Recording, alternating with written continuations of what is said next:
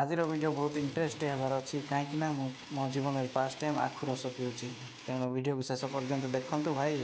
ଆଉ ଆଖୁ ରସ କେମିତି ଆମର ବାହାରୁଛି ଦେଖିପାରିବେ। ଭାଇ ତିଆରି କରୁଛନ୍ତି ଆମର ଆଖୁ ଆଣିକି ମେସିନ୍ ଭିତରେ ରଖିଲେ କେମିତି ସେଠାରୁ ଜୁସ୍ ବାହାର କରୁଛନ୍ତି ଷ୍ଟେପ୍ ବାଇ ଷ୍ଟେପ୍ ଆସନ୍ତୁ ଦେଖିବେ।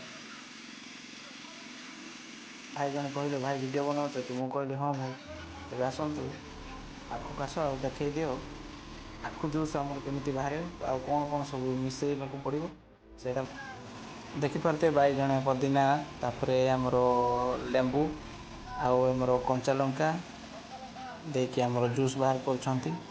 ବର୍ତ୍ତମାନ ସବୁ ଦେଇ ସାରିଲା ପରେ ଏ ମେସିନ୍ ଭିତରେ ରଖିବେ। ମେସିନ୍ ଭିତରେ ଦେଲା ପରେ ସେପଟେ ଆମର ଜୁସ୍ ବାହାରିବ। ଏମିତି 4-5 ଥର କଲା ପରେ ଜୁସ୍ ବାହାରିବା କମ୍ପ୍ଲିଟ୍ ହେଇଯିବ।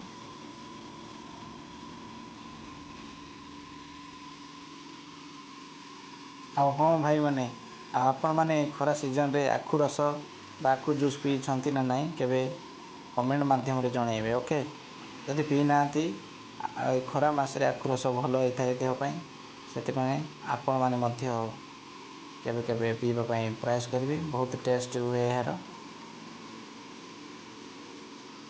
ଆପଣମାନେ ଭାବୁଥିବେ ଏହି ଭିଡ଼ିଓ କେଉଁ ଏରିଆର।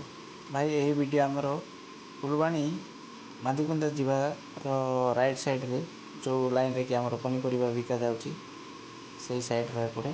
ଆଉ ଆପଣ ମଧ୍ୟ କେବେ ଫୁଲବାଣୀ ଯିବେ ତେବେ ଦେଖିପାରିବେ ରାଇଟ୍ ସାଇଡ଼୍। ତ ଜୁସ୍ ଆମର କମ୍ପ୍ଲିଟ୍ ହେଇଯାଇଛି।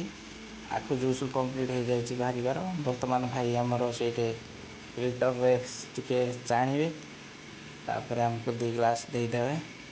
ଆମେ 2 ଜଣ ଯାଇଥିଲୁ ସେଥିପାଇଁ ଆମକୁ 2 ଗ୍ଲାସ୍ ଦେଇଦେବେ। ଆଉ ଏହାର ଟେଷ୍ଟ କେମିତି ହେଲା ମୁଁ ଆପଣମାନଙ୍କୁ କହିବି, ତେଣୁ ଭିଡ଼ିଓକୁ ଶେଷ ପର୍ଯ୍ୟନ୍ତ ଦେଖନ୍ତୁ। ତ ଫାଇନାଲି ଆମର ରେଡ଼ି ହେଇଛି ଜୁସ୍, ଦେଖିପାରୁଥିବେ। ଏହାର ଟେଷ୍ଟ ମଧ୍ୟ ଜବରଦସ୍ତ ହେଇଛି। ଆଉ ଭିଡ଼ିଓ ଦେଖିଥିବାରୁ ବହୁତ ବହୁତ ଧନ୍ୟବାଦ।